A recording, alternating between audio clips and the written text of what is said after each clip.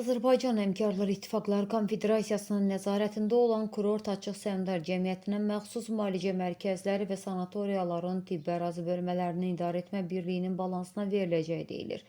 Bir xəbər media bizim əsr.com-a istinadən xəbər verir ki, sözgedən sanatoriyalarda çalışan həkimlərin sertifikasiyası, göstərilən müalicələrin effektivliyi və digər tibbi xidmətlərlə bağlı ciddi narazılıqlar mövcuddur. Bu səbəbdən müalicə proseslərinin və tibbi xidmətlərin birbaşa təbibin nəzarəti altında həyata keçirilməsinin daha məqsədəuyğun olduğu iddia olunur.